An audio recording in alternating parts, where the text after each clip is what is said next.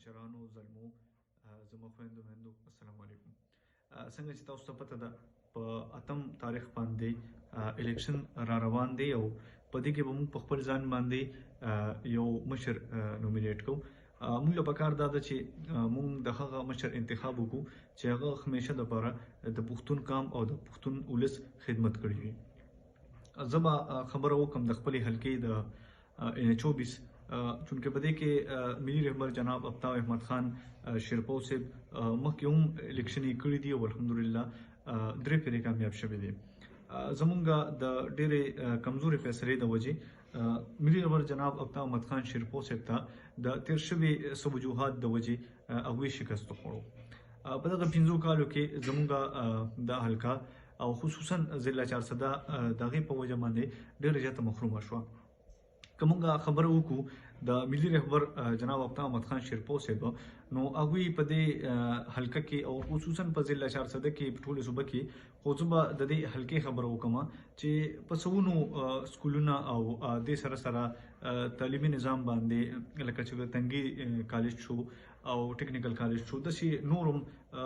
په سونو سکولونه او دغه تعلیمګاهوي ترسره کړي دي. که زه بل خوا خبره وکړم د پښتون ولس په باره کې نو خصوصا زموږ د دوابي سیمې سره چونکې د انګریز په دور کې زموږ نه د یو حق اخیستل شوی و هغه و چې ګیګاني پلتون. هغه وخت کې د انګریز په دور کې هغه حق زموږ نه اخیستل شوی و چې ګیګاني قوم مطلب دواوا هغه به د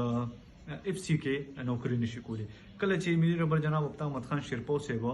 انټیریئر منسټر شو نو د دوابي خلکو له د شپقدر خلکو له هغوی دا حق ترسره کو او نن الحمدلله په سونو تعداد سره په FC کې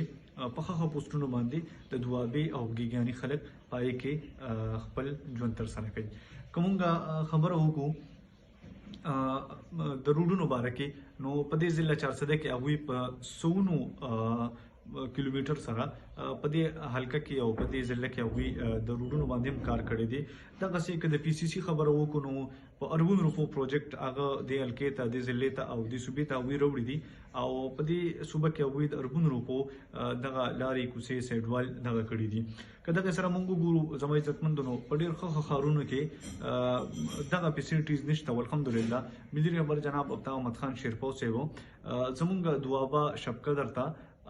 د ګیس یو د اربون روپو پروجیکټ راوړی دی چې په هغې کې زموږ خویندې میندې او موږ عام ولس ډېر په ښه انداز سره خپل ژوند ترسره کوو.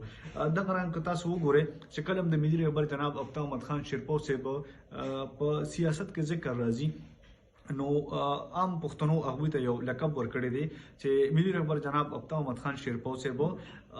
بابای روزګار ورته وایي. په زرګونو تعداد سره په دې ضلع کې په دې صوبه کې هغوی نوکرۍ کړي دي او هغه بېوسه خلک هغوی خپل ژوند ډېر په ښه انداز سره د خپلو بچو پرورش کوي. دغه سره سره که موږ وګورو نو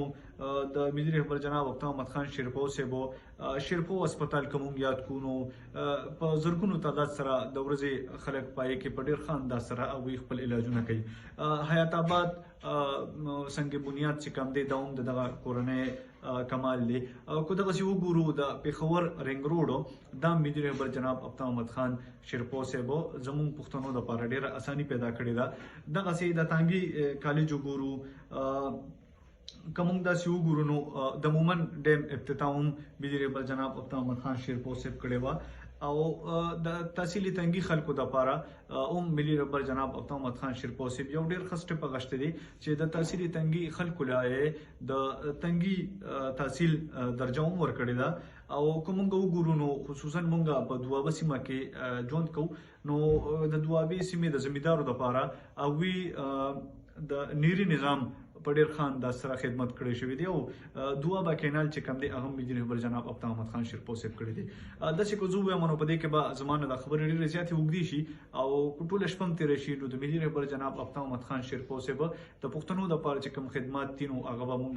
بیان نه کړی شو. زما ډېرو عزتمندو غیرتي ملګرو ځوانانو مشرانو زما خویندو میندو په راروان 8 تاریخ باندې د ملي رهبر جناب افتاب احمد خان شیرپو صاحب مټې مضبوطې کړئ چې زموږ د پښتنو دپاره زموږ د ځوانانو دپاره او د عام ولس دپاره په یو ډېر ښه انداز سره په دغه اسمبلو کې زموږ आवाज اوچت کی او زموږ نمائندګي وکړي. پر روان اتم تاریخ باندې موږ په کار دادا چې موږ خپل خويند میندوم په عزت سره راوباسو او د ملي ریبر جناب افتاب احمد خان شیرپو صاحب چې څومره کینډیډیټس دي هغه موږ کامیاب کو. د افتاب احمد خان شیرپو صاحب مټي موږ مضبوطه کو چې د پښتنو په صحیح مانو کې خدمت وشي او په دغه اسمبلی کې د پښتنو په صحیح مانو کې आवाज اوچت کړي شي. ډیره مهرباني.